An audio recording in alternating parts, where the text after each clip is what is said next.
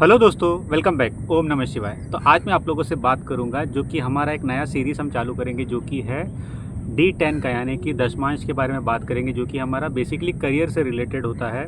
और इसमें पहले मैं सारे राइजिंग यानी कि एसेंडेंट के बारे में बात करूंगा, फिर जैसे हमने नवमांश सीरीज़ की थी उसी तरीके से हम D10 के बारे में भी बात करेंगे। देखिए, काफ़ी टाइम से हम नवमांश में स्टक थे। मुझे पता है कि वहाँ पे जो हमारे कंजंक्शन है उससे रिलेटेड वीडियोस बीच बीच में बनाता रहूँगा, पर थोड़ा उसे बाहर निकलने का ज़रूरी है क्योंकि करियर भी इंपॉर्टेंट होता है, तो उसे भी देखना ज़रूरी होता है। तो उसी को मैं देखते हुए मुझे लगा कि अब शायद D10 में बात करना ज़रूरी है। तो आज मैं शुरू करूँगा एरीज से, बट मैं देखिए टॉरस जेमिनाइन ऐसे नहीं जाऊँगा, बीच में कोई भी ये पकड़ के राइजिंग बोलूँगा ताकि पर्सन के लिए सरप्राइज़ रहे। बिकॉज देखिए पाइसेस वाले काफ़ी नाराज़ हो जाते हैं कि मैं हमेशा उनके लिए लास्ट में ही बोलता हूँ करिए, क्योंकि एक तरीके से हम एक सीक्वल में चलते हैं तो ऑब्वियसली काफ़ी टाइम पे पाइसेस वाले लास्ट में आ जाते हैं। बट पाइसेस वाले निराश मत होइए, आप इस टाइम पे कभी भी मैं आपके लिए वीडियो बना सकता हूँ। तो आज मैं बात करूँगा देखिए जैसे कि एरीज वालों के लिए। तो एरीज वाले देखिए जब भी आपका एसेंडेंट आता है D10 में, तो एक चीज़ आप हमेशा देखोगे कि आप कोई भी फील्ड में हो या कोई भी बिज़नेस को रन कर रहे हो, आपका माइंडसेट हमेशा सेवा वाला होगा।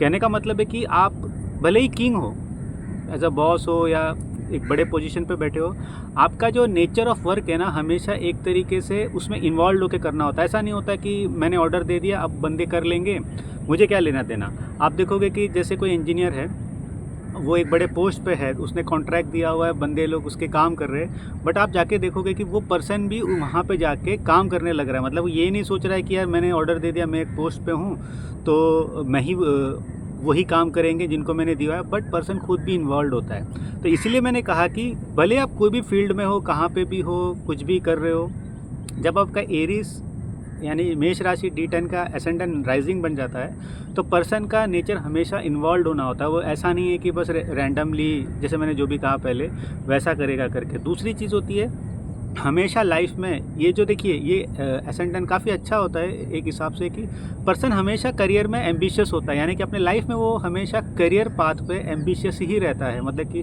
भले कुछ भी होता है ज़िंदगी में, वो मूव ऑन करने की कोशिश करता है। ठीक है यार, काफ़ी टाइम से मेरा ग्रोथ नहीं हुआ, फिर भी मैं और कुछ चीज़ें देखूंगा और क्या कर सकता हूँ अपने बारे में देखूंगा। तो हमेशा करियर के बारे में एक करियर माइंडसेट जो रहता है वो हमेशा प्रोग्रेसिव रहता है। अब ये 100% प्रोग्रेसिव है। देखिए मैं यूजुअली मानता हूँ अगर कोई प्लैनेट नहीं है तो ये 100% प्रोग्रेसिव रहता है। सूर्य है तो कभी नहीं झुकेगा, अगर एसेंडेंट में अगर एरी साइन में ही सूर्य बैठ जाता है कभी भी नहीं झुकेगा, वो जाता ही रहेगा। क्योंकि अगर देखिए D10 में आपके नौमांश इतनी बार बोल चुका हूँ कि D10 बोला ही नहीं जा रहा है। D10 में अगर एसेंडेंट में एरी साइन में अगर सूर्य एग्जॉल्ट हो जाए ना, ये आदमी दुनिया जीत सकता है। मतलब कि ये कुछ भी कर सकता है। जैसे कि अगर आप देखिए यूजुअली ये प्लेसमेंट हायर रैंक लोगों में ज़्यादा देखा जाता है, जैसे कोई गवर्नमेंट एम्प्लॉय भी है, बड़े ब्यूरोक्रेट्स होते हैं उनमें देखा जाता है। ऑब्वियसली आपको D10 भी देखना पड़ेगा, सॉरी D1 भी देखना पड़ेगा, D9 भी देखना पड़ेगा, और तब हमें पता चलेगा कि हाँ एक्चुअल में वो इतना बड़ा आदमी बन रहा है। बट ये जो प्लेसमेंट है ये हमेशा शो करता है कि जो भी पर्सन है लाइफ में, मतलब कि फॉर एन एग्जांपल मैं बोल रहा हूँ, एरीज साइन में अगर उसका सूर्य बैठा हुआ है तो लाइफ में एक जहाँ पॉइंट आएगा ना वो बहुत पीक पॉइंट रहेगा। मतलब उसको कोई नहीं उस दिन कोई उसको उस टाइम पीरियड में उसको कोई नहीं हरा सकता इस दुनिया का। वो जो चाहेगा उस हिसाब से ही दुनिया चलेगी।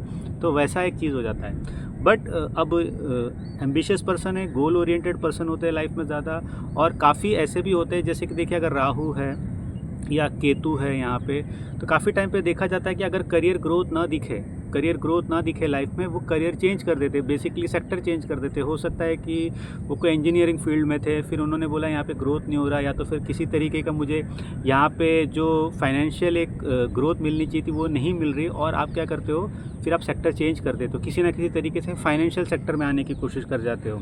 बहुत लोग देखिए पूरा सेक्टर चेंज होता है। एक डॉक्टर होता है, सडनली वो आप देखने मिलता है कि वो फिल्म में या मूवीज़ में एक तरीके की एक्टिंग कर रहे हैं। कितने आई थिंक बहुत ऐसे लोग हैं जो इंजीनियर्स होते हैं, डॉक्टर्स होते हैं, बट वो एक्टर बन गए।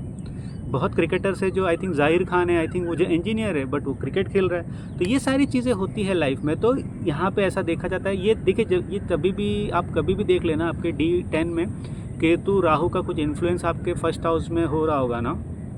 ये ओवरऑल मैं एक चीज़ बता रहा हूँ। आपका काफ़ी चांसेस है, अगर जो एक सर्टेन एज तक आपका एक करियर में प्रोग्रेस नहीं हो रहा है, आप कंप्लीटली डिफरेंट करियर पाथ में चलने की कोशिश कर रहे हो। हाँ, ओवरऑल आप एक तरीके का सेटिस्फाइड हो चीज़ों को लेके और प्लैनेट्स काफ़ी ज़्यादा स्ट्रॉन्ग हैं, तब अलग बात है। फिर भी आप देखोगे कि आपके लाइफ में, या बेसिकली हम तो करियर की ही बात कर रहे हैं, वहाँ पे चेंज आपको कुछ ना कुछ एक टाइम के पीरियड ज़्यादा दिखेगा। ऑब्वियसली देखिए, ग्रोथ का भी चेंज होता है, कभी कभी डिमोशन का भी चेंज होता है, तो ये सारी चीज़ें रहती है। तो ऑब्वियसली वो महादशा, वो सारी चीज़ों में भी आपको फिर देखना पड़ेगा।